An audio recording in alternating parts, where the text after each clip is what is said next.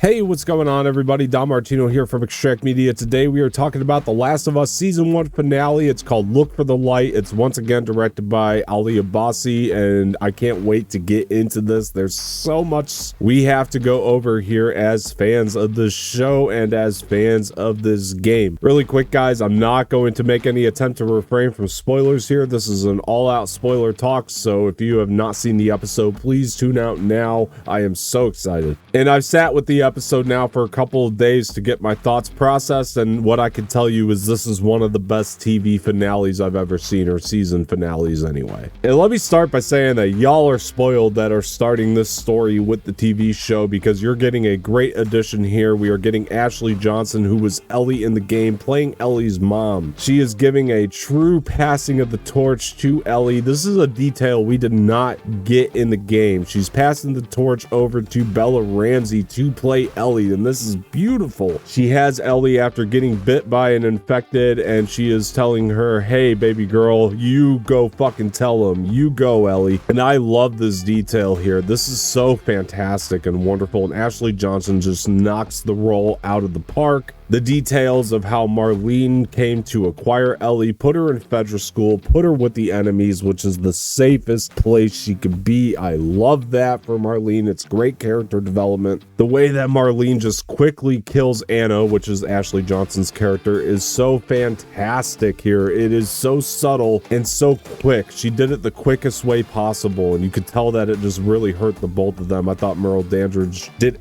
excellent work as Marlene here, as she should. She is the original Marlene, and it's great to see. Going into Joel and Ellie's story, there is great detail here that was in the game that we got carried over to the show, that should have been carried over to the show, because it just all seems very right. Ellie's quietness after her traumatizing event, that was carried over straight from the show. I thought that was also fantastic. Joel boosting up Ellie to get a ladder reminded me so much of the game, that's straight out of the game. And then she sees this draft just like the game. She goes and looks at the draft, and Joel goes with her and just sees this little shred of humanity left in Ellie. And that was enough for Joel to say, hey, I want to preserve that humanity that she has left. I'm going to give her the choice. If you want to turn back now, we will. And Ellie's pretty much like, no dude, we have come way too far. We have to finish this. It shows that Ellie wants to have purpose in her life. It's perfectly set up. It gives us a really great intense moment of the Fireflies tracking them down. They throw a grenade at them, like a flash grenade, which also reminded me of the game so much. There's definitely more infected that they have to go through in the game here, and it's a little bit different, but it was a good deviation just to get them to the hospital. It's like, all right, we don't have much left here. They get to the hospital, and Joel ultimately finds out to make a cure, Ellie will have to die. That's something that's never occurred to the both of them, and I love this little addition here. It's not really an addition, but the thing that was an addition is Joel telling Ellie prior that he almost killed himself, and she is now his purpose. It all harkens back to the letter that Bill wrote him in episode 3, which I'll get to here a little bit more in a bit. But just like the game, once he's in the hospital, he makes pretty much the same decisions, and that is to kill everybody. And Pedro Pascal is giving an astounding performance in this finale as he kills people. He looks at them not like human beings, but as obstacles to get to Ellie, the one thing he cares about in that moment. And I find this to be also beautiful and compelling. But the thing that the show added that was so great is the letter in episode 3 from Bill, because this foreshadows everything when Bill tells Joel that no motherfucker is going to get in our way to get to our purpose, and Ellie is Joel's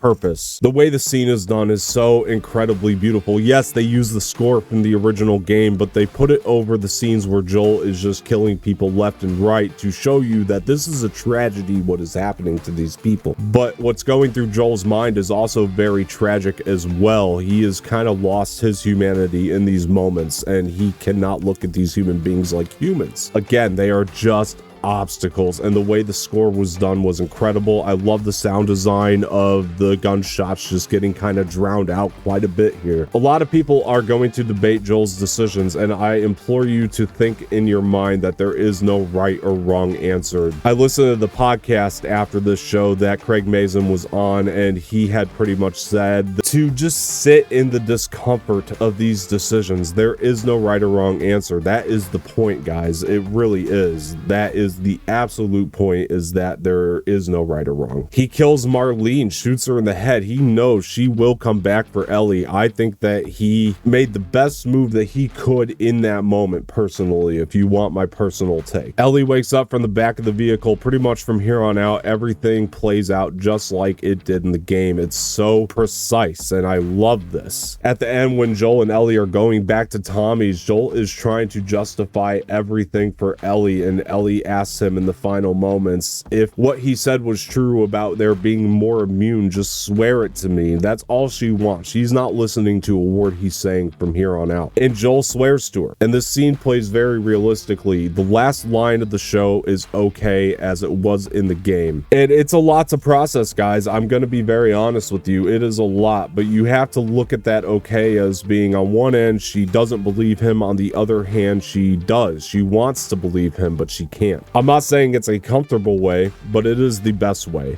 It's setting up so much for season 2 that you guys don't know about who haven't played the game, and those of you who have, you know what all this is setting up. It's an uncomfortable finale. It's supposed to be. It's not supposed to be a right or wrong thing. You're supposed to kind of stew in this gray area of these decisions. And I find this story to just be so beautiful, how it came from point A to point B. When you look at where the characters started and where they are now, it's such a huge development. It's a big arc. All right, guys, look, I'm sure this finale is going to be divisive for a lot of you, but honestly, if you just think about the fact that it's the point to feel uncomfortable, that is what the show is trying to do, then it's really hard to call this finale unsuccessful. And for that reason and many others, I find this finale to be one of the best season finales I've ever seen on television, and I love it so much. I'll probably be doing an overall review of the season at some point, but for now, this is where I leave you guys. All right, let's have a civil discussion in the comment section. What did you guys think of The Last of Us season 1 finale? I cannot wait to hear all of your thoughts. And before I get out of here, guys, as always, please hit the like button below, subscribe to the channel, leave some feedback in the comment section, share this with your friends, and hit the bell for notifications. It's always much appreciated. Once again, I am Dom Martino, and I will talk to you guys later. There's no halfway with this. After all we've been through.